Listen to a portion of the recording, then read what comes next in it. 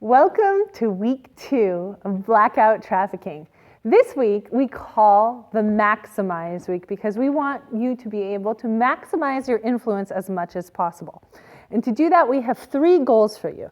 The first one is to do an exercise that is called your circle of influence. So in what you do in this exercise, and you should go to the webpage for week 2 that will give you help to know how to do this. But in this exercise, what you do is essentially you write out a big circle, and in it you write all the ways that you can influence people and the things that you can influence, the areas you have influence, the humans that you have influence in their lives in. And outside the circle, if it comes to your mind, things that you're like, oh, actually, I don't have any influence there. So the idea is to switch from thinking everything like your focus. Sometimes we focus on what's in the circle as the areas we don't have influence. Like, I don't have any political influence, or very little at least, and so sometimes I can focus in on that. But what we want you to do is to focus in and put in the middle of your circle the areas you do have influence. So if you do this exercise, it will help you realize that you actually might have a little bit more influence than you realize.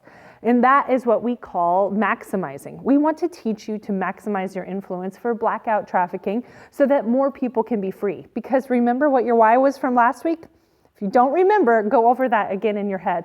Our why for blackout trafficking overall is that we believe that everybody deserves a chance to be free. And this week, going into this week, you might be sick of your one black item, but just keep that in your mind. The reason you do this is because there are other people in the world who need freedom, and probably in your community as well. The second thing we want you to do is to be brave. I want you to search yourself and be like, are there any of these people that I can reach out to talk about blackout trafficking with? Are there any of them that I can ask for a $10 donation from? Are there any of them that I can share facts with that might be more interested? Maybe you didn't start off this challenge posting on social media, but maybe by this point you're like, I can do this. I can use my influence a little bit more. So maybe you're not going to do very much of anything different than you did last week, but what we really want you to do is we want you to take time this week to consider whether you can use your influence just a little bit more, to maximize what you have a little bit more, so that way you can help bring a little bit more freedom to those who might need you to stand up on their behalf. The third thing that we're asking you to do is to just be confident in yourself, because I'm going to be honest with you, most people, a lot of times, they will not really pay that much attention to what you're doing, or they will seem like they're not paying attention to what you're doing.